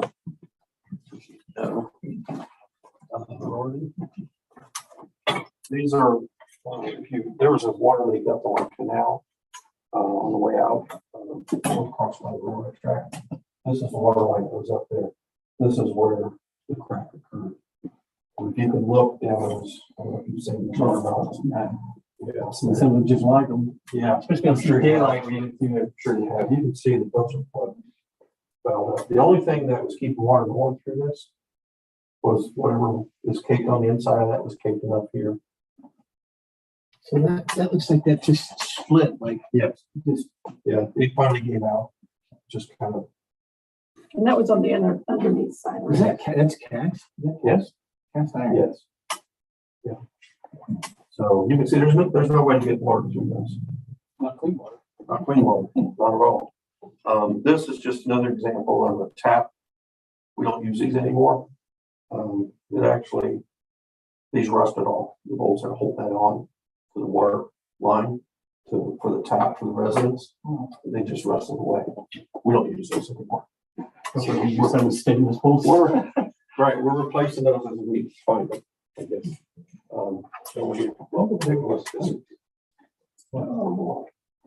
So keeping that in mind, we're going to start flushing our water lines through the hydrants, using the hydrants on September 8th, I think it is. Yes, that's a Friday. We're going to start it Friday night. There's a method to the madness here. It's called directional flushing. I'm sure all of you have heard of that before. And that's what's going to hopefully carry a lot of that buildup in those lines out of those lines. Now, when that happens, what do we expect is going to happen? Yeah, water's going to get stirred up pretty good, but we're also probably going to get some of those cracks that are going to open up because it's being flushed, and we're going to have some leaks. We did a few years ago, something called ice pigging. Yes. I don't remember that. Did that work at all? I don't know. I didn't know that they tried it. Yeah, that was about 3 years ago. Nah, you'd have to. Well, can't talk to anybody. To do that for lines like that. Does it affect it? We paid 40,000, I believe, for ice pigging, and that was, I think that was before COVID. I think. Yeah. But I don't recall having any kind of noticeable difference, or was it effective at all? Wow, that's a Tim Tim Tim Boucher. mentioned ice pigging the other day, but that's about all he said. He didn't say any more about it. Yeah. So I don't know. I have to go back to the. I guess we could research the old service minutes. It's not going to be helped by anything. No, Other than replacement. no. But the positive part of this is, even though they're going to start flushing at night, if those breaks do happen, and we're hoping they don't, but if they do happen, they're going to happen at a time when we'll be able to get out there and repair them. Okay, because it's going to be Friday night. Saturday, if they have to come in, unfortunately, they understand this. They'll come in and work to fix whatever needs to be done. The other thing is, it's not in the dead of winter. It probably won't be at night unless it's a major leak. They'll start in the morning when it's daylight. And the whole flushing process will identify weaknesses in the system. That line was being replaced anyway. That they were working on the one up that way to replace it. It's not done yet, but it will be soon. And so that's what we're doing with as far as the water. Is that going to fix all of our problems? It's a step in the right direction. I don't know if it's going to, with water lines buried underground, you're going to have problems with them. Probably for it. Wastewater. We did have the visitor from VOB come in He got delayed at the border a few weeks ago, but he was finally able to get across the Canadian border and down here to help us out. He did give us an assessment. One of the things, the gates aren't closing completely on that facility. What that allows them to do is close the gates and lift the membranes out of the tanks so they can clean them. What they have to do now, and this is pretty dangerous, is they have to lift one of the membranes out, they have to move it, and then take one of the, after they clean it, they move that one, and they bring one of the other membranes over. So they're moving them around quite a bit. And if any of you've been into the facility over there, it's no place you want to walk around when those grates are up and moving things around. They have to use a crane to pull them out and move them around. So if we can get those gates fixed, we're going to find out how much it costs. That was the priority that he gave us that needed to be done. What that will do is allow us to clean those membranes much more frequently, safely. They're making good progress up there, though. I&I report from V3 has come in. There are some recommendations, but there's also they want to give us the analysis, and I mentioned that at finance today, $4,500 for the analysis of that data. I'm sorry, is that the right one? Yes, that's the I&I. Have we moved those members? Or are they still in the same location? I believe they're in the same location. I don't think they've moved. I'm not gonna get data and they all in that one spot. The project was to put them here, move them there, move them there, move them there. Yeah. Then look at the. I'm trying to decide what neighborhood we need to work on, storm most of. I'm honestly trying to remember. I don't think that they've been moved, but that was part of the. You're right. That was part of the project. Yeah, so I'm not sure. Do you recall anybody saying anything about that? It's been a while, but I recollect they were supposed to move them at various spots. Yeah, I do remember a conversation with Tim about how they would be moved, but I don't think they have been. Let me work on that. Great. Yeah, we'll be working for that Analysis of this one spot, and compared to what? We still don't know which area, which neighborhood in town we need to Right. focus our stormwater projects on to try to reduce the problem. I will tell you that I was down at the wastewater facility this afternoon after the rain, and all four of the screens were running full. And our wastewater operator just looked at me and says, "There's no reason for this much water to be coming here the way that it's coming right now. It has to be coming from somewhere other than our sewer system." So, yeah. Okay.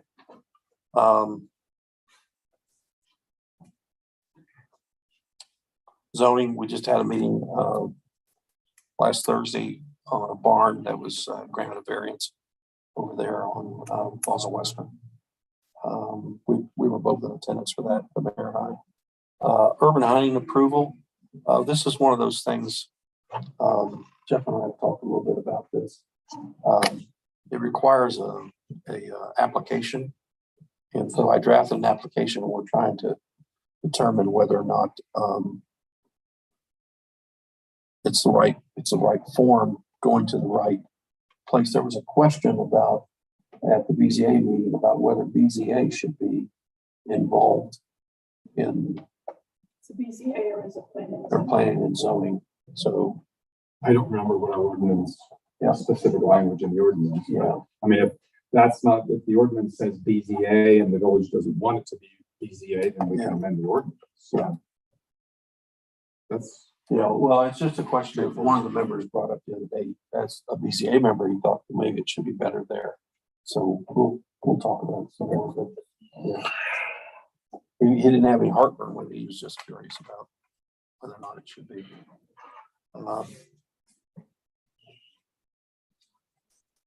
There's some additional information. I'll just pass this around. I'm not going to take up any more time. I'll just take one.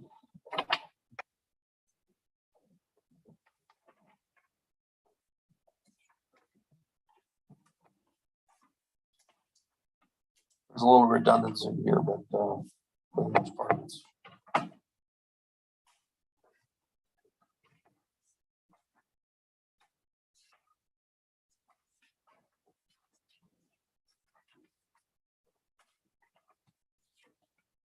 That's all I have, unless you have any questions. My mother-in-law said one time, he went on long after he had something to say, and that's about how I feel right now.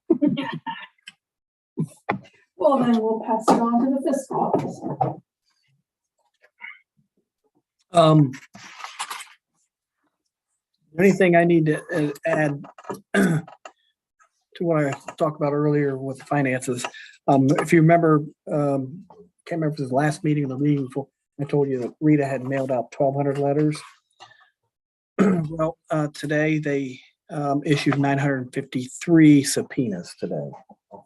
Nice. Okay. So out of the 1,200 people that they originally sent notices out to, 953 people didn't respond, so they're going to get subpoenas.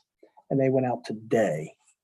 And remember, this is the program that Regional Income Tax Authority recommends the village do every 2 to 3 years. And it's been 2 to 3 years since we've done this type of program. It's basically just allows the taxpayers who, you know, that neglected to file municipal income to file a return. So in a lot of the cases, it could be where people just may have moved out of town. But that's what they'll find out through this program. So just want to make you aware, because you guys could get some phone calls as to why I got a subpoena. And that's the reason why. And direct them to me and I'll explain it to them. All this number. Yes. Nope. Solicitor, please. 4 new pieces of legislation on the agenda for first reading. Some of those, 3 of them actually have emergency language that can't be considered for passage this evening on an emergency basis since we don't have at least 5 council members present. But I believe they're all self-explanatory. The two pieces of legislation, one ordinance, one resolution on for second reading, those can go to a third reading. They have to anyway, quite frankly. Nothing on for a third reading. And the issue that Brian H. referenced with regard to the Stitzline property that I suggested we discussed in committee was that I've been discussing with the Stitzline family. They've had some questions about the easement process, and I sent them a draft copy of the form that the village has used for years for utility easements. And then they asked whether the village typically pays anything, any compensation for the granting of an easement. And I explained that no, I mean, I'm not aware of any compensation having been paid in years, but that there's sometimes on occasion, there's some in-kind work that's done, labor that's offered, supplies. And I mentioned similar to this situation, because it's my understanding the village has offered to pay for the materials for the easement if the property owners, and there are 4 owners, are willing to grant the village a permanent easement for that. And I talked to Tim Boucher about that. I don't remember the exact numbers, but it's going to be somewhere around $1,800 to $2,400, depending on whether a larger size pipe is ordered, which Tim Boucher recommends. He said that would alleviate some potential problems in the future. But earlier today, I received a request for some additional information from the Stitzlines, and I'll just read it to you. It's short. First one is the village willing to let our farmer install the storm drainage and pay for the materials, or would the village employees install the drainage and pay for the materials? I haven't had a chance to. I forwarded this on to Brian H. and Tim Boucher for their input, and haven't heard any feedback from them yet on it. Guilty. Well, no, that's fine. I mean, I'm just saying that I didn't get it until late today. So that's one of the questions. Second one, and this is just a misunderstanding. I mentioned that the village will sometimes pay for a portion of the materials. I wasn't referencing this project specifically, But the second question was along the lines of, well, why would the village just pay for a portion of the materials? And so I can correct that. That's not an issue. Third question was, if we were to grant an easement, would the village install a new drainage system across the field as well as through the wooded area north of the Masonic Lodge? And how far south would the drain line be replaced? I have no idea. I can't answer any of those questions. This time, a drain line just opens daily in the wood. It's a 15-inch line. And there was a conversation today about whether to do single wall or double wall. And it sounds like single wall is what we're doing. And I got this information, basically from Rob Alt, who is the person that's going to do the field tiling for the stitch line. And he's under the impression that he's doing the install, like he has to tie the field drains to this, and that's why it even came up. They don't need a 15-inch line, but hey, the village kind of needs this to be a 15-inch line, so if they'll pay for the difference, I'll just do it. I'm gonna have a trench open anyway to do the field tiling, so I'll just put that tile in instead of the small one, and it adequate for us. Are we paying for Mr. Alt? We're just paying for the tile is what the understanding was in the conversation I was overhearing today. Well, and that was my understanding too. The village is paying just for the materials and The belief was that the labor would be the same. so just to make sure I can respond to these questions, but so what would the response be to that third question? Would the village install a new drainage system across the field as well as through the wooded area or not? I don't know. Or do these guys need to review that more? I don't know that we need to go through the woods. It doesn't think that would be our option. There is a storm structure on the other side of the woods that might be good to take it all the way to it rather than just like grab it. It isn't necessary. So we wouldn't be installing it. Our proposal was we would buy the additional material, cover the cost of the additional materials for their install to install. That makes sense. I mean, you got Cal, he wants to. He's got to dig it all up and tie back to it. Yeah, he wants to tie into it, so it's right. It just needs to be bigger than ordinary because of our storm. So are they asking for additional? Because I need to get, they're just asking. Mr. Alt's gonna open it up. He's gonna open up where the sinkhole is. Mhm. Is he opening it all the way up to the Masonic Lodge and all that? I have no idea. That part has never been discussed until that question was asked. Okay. So where do we go from there on then?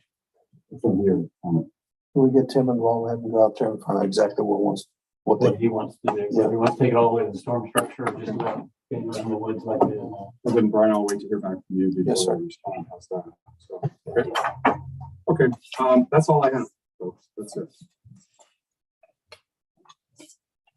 Thank you, sir. The next is the village committee reports, finance committee. Okay, please. Mayor, we met tonight at 6 o'clock. We went over the finance for July, which, expenses around 58% now. We're right around 50%, so we're doing good in our expenses for this year. So we approved the finance report. We went over resolution 2023-15. Wade gonna respond to that when it comes up tonight. That's just a normal thing every year for the county commissioners. Ordinance 2023-18 includes prior contract, the Brown, 2 and Fremont. That order was in finance, and we approved that, and I was responsible for that one. We also went over the compensation for the employees. We talked about that quite a bit, and we are going to, in 2 weeks, bring it back up again in service.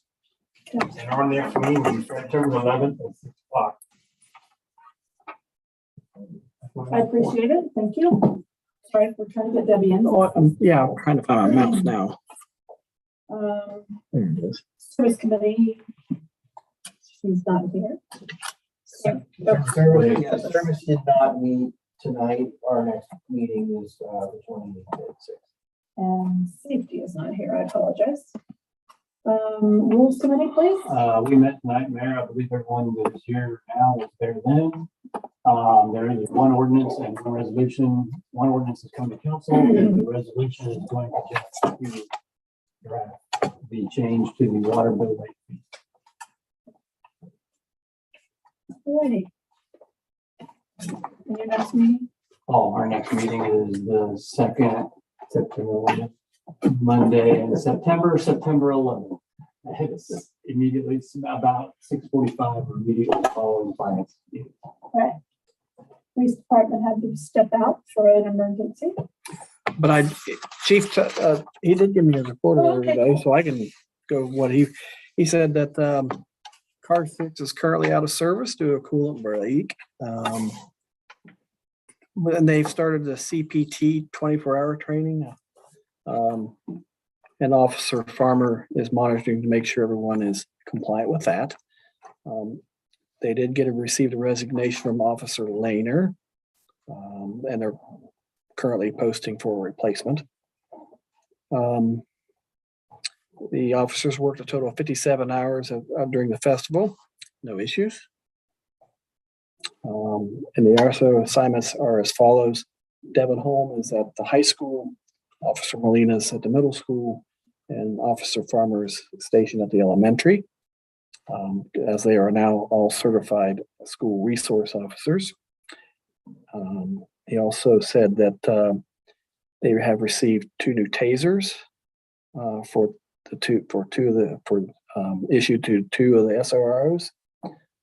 These are being reimbursed to us by the school through a safety grant program, state safety grant. And Deputy Rogers is doing some preliminary work on the 2024 budget. That's good news because I need that information from him shortly. And they're going to be having drone training and demonstration training this Thursday at the middle school.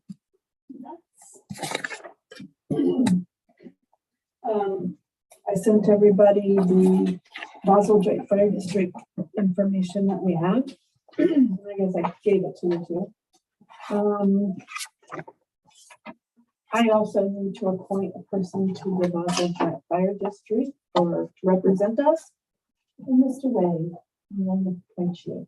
It's the 3rd Thursday of every month. At Station 610. Thank you so much. Planning and Zoning Commission. You should, maybe that's the one I sent you. No, I sent you the Tree Commission, I'm sorry. Planning and Zoning, we already talked about with Mr. Holbrook. And then the other one is the Tree Commission. Hang on, lost my place. Yep, Tree Commission. I sent you that paperwork on an email earlier that came from Mr. Cottrell. Yes. Records Commission have not been met, has not met. Do this. Yeah. This records thing. Yeah, I can. Yeah. I'll make a note and set a date. Yeah, Mayor, you. The mayors, I can't remember who I know. The mayors, We'll get together. we need to find out who's supposed to be on the board and That's meet. getting a little backed up back Yeah. there. Plus, I found more records. Enough time. Okay. Is there any other motions? Okay, we have a first reading. Resolution, this is 2023-16 resolution accepting the amounts and rates as determined by the Fairfield County Budget Commission and authorizing the necessary tax levies and certifying them to the county auditor and the declaration of emergency. Sponsor is Thanks. Came out of finance, and every year it has to determine income tax rate. It's, the county sets the tax rate that we collect on property taxes. And basically, if we don't pass this, then we don't get property, they don't collect any taxes for us, so. It's just part of the, It's a formality. it's just a formality, It's a yes. formality, but it has to be passed. So, and I think you have till September, right? October 1. We got plenty of time. It can stay on for 3 readings. Yes. Perfect. Next is ordinance 2023-16, a repealing ordinance 925, 2017. An ordinance amending the traffic control map to make a portion of the Market Street and Basel Street intersection no right turn on red during certain time periods. This is the one coming off of Basel, turning right. Right on Market. On Market. It- And turning right on some Basel. people that are saying, hey, let's take that off. The other one coming from Market Street, turning on to Basel, has been requested to leave on because of the bank. And people, Because of the parking and people coming out of the drive-through window, that might be a safety. So I don't know if you want to repeal it all the way. I mean, the turning right from Basel to Market.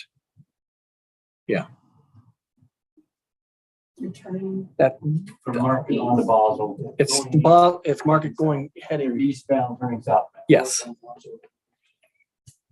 yes, that one they want to leave, the other one they want to get rid Who's that? of. I'm sorry, us. Oh, okay. That's what we're gonna do up there. So we don't want to repeal it entirely, then we want to amend it. Yeah, they just want to repeal a portion of it, I think. Repeal the northbound turning eastbound, not the eastbound turning south. Okay. So, No, that's the other way around. no, I think that's right. Northbound turning eastbound on the Market. That we want to get rid of. Okay, Eastbound turning southbound on the Basel, we want to keep. Yes. Is Yes. this okay with council? Yeah, I Well, agree. council That needs is to make right. a motion at some point. It's, it's just on for a first read. Yeah, for next motion, we amend it to only remove northbound turning east and leave eastbound turning south. And do I have a second? Second. I need roll call? Foreman, Yes. Keller, Yes. Cosgray, Yes. Litz. Yes. And this will stay on for 3 readings. You don't have a quorum here tonight. Pass it by emergency if we're going to anyway. So, All right, next, ordinance 2023-17, an ordinance approving the editing and inclusion of certain ordinances as parts of the various component codes of the codified ordinance, providing for the adoption and publication of new matter in the updated and revised codified ordinance, repealing ordinances in conflict therewith, and the declaration of an emergency. And this is a standard piece of legislation that we review and adopt pretty much every year, almost every year. And it's an update to changes to Ohio law and to our local laws that are a part of our codified ordinances. I always add emergency language to that because the sooner it goes into effect, the better. So there aren't any issues with regard to citations being written by the police department, that sort of thing. Can't be considered for passage this evening, obviously, so it'll have to go to the next reading. Perfect. Who's a sponsor on that? I can't remember. Do you sponsor it? She wasn't here for the previous meeting. I just make me because I'm not here. All right, I know it come forward, but I didn't. It came out of rules tonight, yes. Yeah, So, tonight, yeah, it's the ordinance, you know, tonight. So I'll be the sponsor. okay. ordinance 2023-18, an ordinance authorizing the village administrator and fiscal officer to enter into a contract with Spire Paving LLC for the Brown, Kilmer, and Fremont Street resurfacing project and the declaration of an emergency. The sponsor is Mr. Geller. Yeah, this come out of finance tonight. You know, it's something we've been talking about quite a while, and so, like I said, we don't have the emergency, but We'll do the second reading, and if something comes up that we have to pass it, we will pass it at the next meeting. We haven't done Got it. All right, second reading ordinances, ordinance 2023-13, and ordinance to amend the 2023 appropriations ordinance, and that's Mr. Foreman. Yeah, this is to amend the appropriations to free up money to purchase the property that is on Summer's Choice Drive, 221, I believe. 221 Elmwood. Elmwood. We're hoping to get this back with the next resolution. It'll stay on for another additional. And we have resolution 2023-14. A resolution authorizing the village administrator to submit grant applications and to provide all information and documentation required to become eligible for possible funding assistance from Federal Land and Water Conservation Fund, administered by the Ohio Department of Natural Resources for the purpose and improvement of parcel number 221 East Elmwood Drive for public recreation purposes. And once again, that sponsor is Foreman. Yeah, this is authorizing the village administrator to apply for this grant, hopefully to get reimbursement and assistance with the purchase of the Elmwood property and the bringing it up to park standard development of the current state that it's in. All right, third readings, we have none. Tabled ordinance, we have none. Old business. We talked about the Stitz Lane project. We talked briefly about the East Side project. We're probably gonna have to do that all ourselves also. The Landis project, the Sunrise Estates, what's happening with that? That's the one. So, yeah. I'll have an update at the next council meeting for that. We were only contacted by the planner. Yeah. That's all that happened with that, and nothing else at this point. I guess. Yeah. Okay.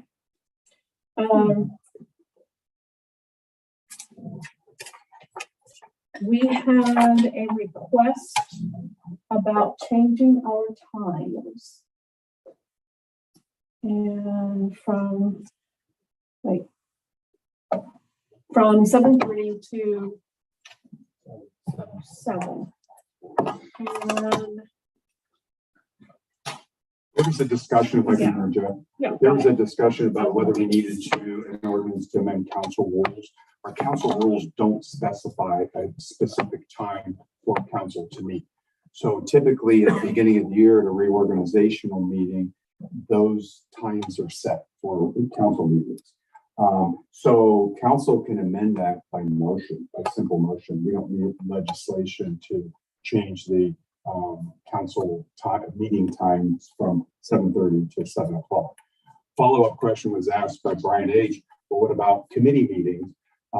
The chairperson of the committees actually is responsible for setting meeting times. So that's something that would fall back to the chairperson of each committee if they decided that they wanted to amend those times. If any of those times are amended, we need to create a new schedule and post that. So, and Brian B is aware of that. So, Okay, so I don't believe we need to change the committee meeting time because the way we do it now, the first meeting starts at 6 and the second meeting starts immediately thereafter. So we could change the verbiage on the agendas to say 6:30 or immediately after, but the other thing we'd be changing then would be the council, and who makes a motion that we immediately change council from 7:30 to 7 p.m.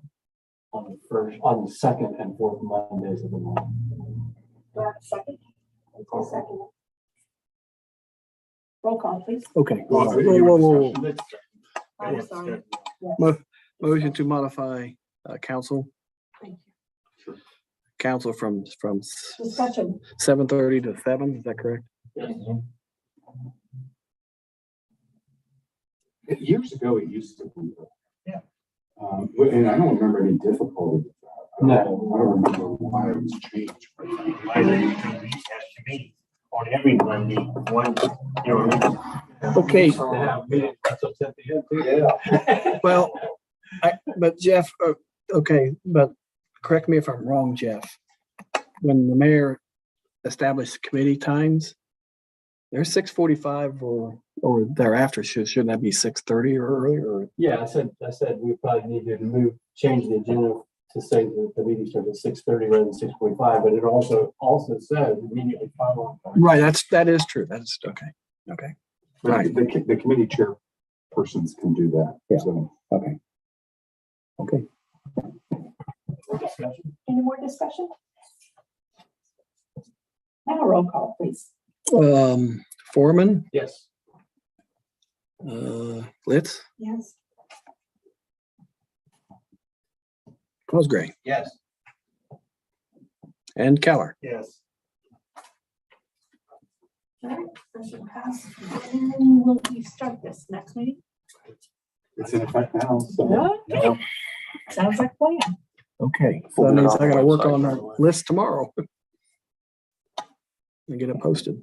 The next thing I want to bring up is Maple Grove. Now, do we have to do anything about this cemetery issue? I don't think so. It's progressing. I sent you an email about that. yeah, I took a quick glance at it and Yeah. What we requested has been complied with. And so as long as that's happening, I think. it's resolvable. Perfect. Just so the council knows, I'm going to brief with this. We have a person here buried and a person here buried. And someone chose to put a little baby on the foot of this grandma. And it's not quite there.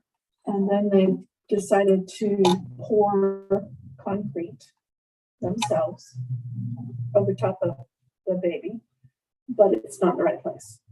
So they're gonna move it.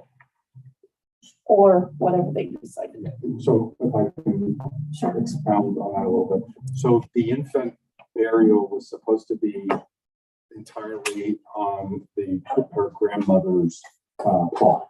And for whatever reason is not. It's partially on grandma's plot and partially on somebody else's plot. And that somebody else doesn't like that and said this needs to be resolved. And the mother of the infant, and I don't believe she actually poured concrete. I think it's just a concrete base that she installed where she believes the infant is buried, which is she's probably accurate, but again, that straddles two different plots. So, so she was put on, and she didn't follow cemetery regulations in installing this. It's a cement slab that she eventually was probably intending to put a monument on, a marker of some sort. But when it was discovered that she never applied for that, never obtained approval from the village with regard to that, she was put on notice she had to remove it and pretty promptly did. There is a procedure that allows the village to cure that if we absolutely are certain that the infant's buried incorrectly, the village can undertake the disinterment of that infant grave and reinter the infant in the proper place. So, if it proves necessary to do that, one suggestion I had was, well, if the markers installed at the foot of her grandmother's plot, and there's plenty of room in the adjacent plot for a burial, then there may be no reason to disturb that infant burial. So, but Brian's working on that now. So that's it. Thank you. Any new business? Yeah, I think that maybe we should send this to service, but I think that while we're getting utility easements and repairing storm piles and whatnot, with the report that we've gotten back from B3, it sounds like we need to take action on the whole road, Acres Ditch storm pile. I think it'd make a huge difference out there. 15-inch tile running 24 hours a day, 7 days a week, running a lot of water. And, but I think that we need to get utility easements. I'm gonna make a motion that we just bypass committee and go ahead and direct the solicitor to do that. So Form makes a motion that we bypass committee and start that process. Do I have a second?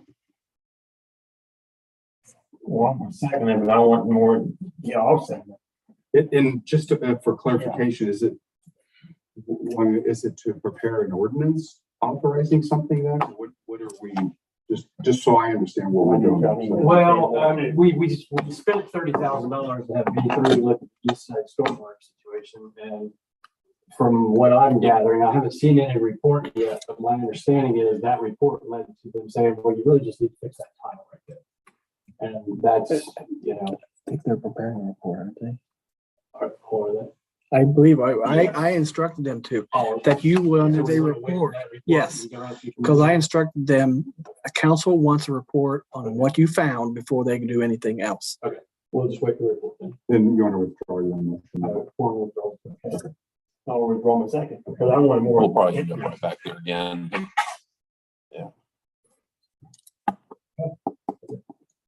Perfect. Visitors, do we have any comments from? Yes. Looking at the two of these guys is like a peanut gallery. Yeah. Already changed from- Nobody's gonna be discussed tonight.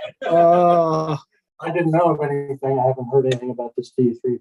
And my question is, what is going on with it? You know, as we previously had in the council meeting, I would get a letter. I'm under the understanding from history that the 3 houses built east of me, they're in that field and that water comes through me. I believe that also the house across the street comes to the same thing, possibly the bowling alley, from what Steve Mead said. I'm not complaining about anything there, but we're adding more problem. Now, are you guys thinking of, oh, we'll just run the line catty corner straight over there and bypass all the houses, all the other houses, which I know there'll be six or 7 houses. So what's going on with this and how can I be This informed? time we're looking to just fix the damaged line behind my house. Yeah. Yes. As far as the new houses that are being built, they're in the township. We really don't have much we can say or do about that. But they're coming my way. You know, they're coming to us. Absolutely. They're coming the same way. Absolutely. They're coming here. Our hope is that if we fix the tile, that a lot of these problems resolve themselves, but we won't know until we fix the tile. I mean, there may be blocked areas in other places. We know there's damage in this one area. And so I think V3 basically said, well, why don't you fix that and we'll see what that does. So it really doesn't go anywhere. It's not running a new line from over by you. It's just fixing the tile that were clearly damaged at 10 hole. Make up the 300 feet of 12 inch. Right. Right. And that's just coming to wanna- Rogersfield, right? Huh? That comes to Rogersfield, right? I've witched it. It goes into Rogersfield, but it does not hit the storm. Okay, There's somebody put, I think Price has put, catch basin up there a long time ago. oh, you say Okay. you went to the catch basin So, well, in Rogersfield? there's a catch basin in Rogersfield. I don't think my pipe goes to. Okay. That's Acker's ditch. When I witched, I went into his field and then kind of curved and went over towards almost to a corner of corral or whatever you call it. And then I assume it went over to the same pipe. I don't know. But I've just done this witching and that's no, that's not 100% anything. But I had, when I put in the 300 feet, I was trying to tie in the neighbors. Walter was around, but I dug a heck of a trench. I mean, I'm trying to find this pipe. I saw it coming out is when we crushed the pipe and put it right back where we took out. One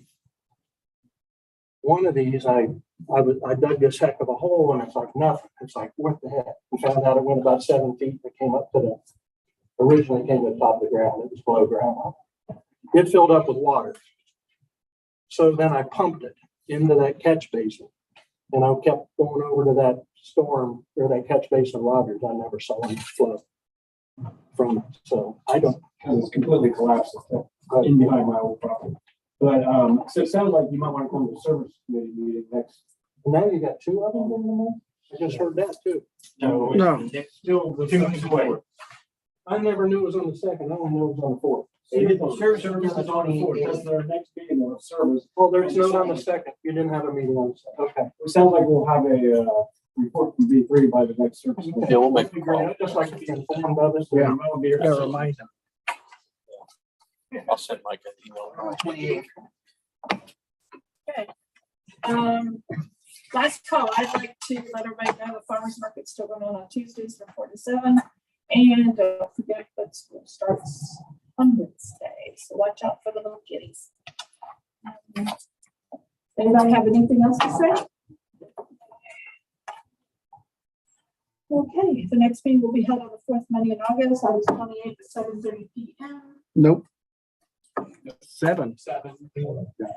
Okay, 7 p.m. Sorry. And we have a vote or a motion to close. Makes a motion to adjourn. Second.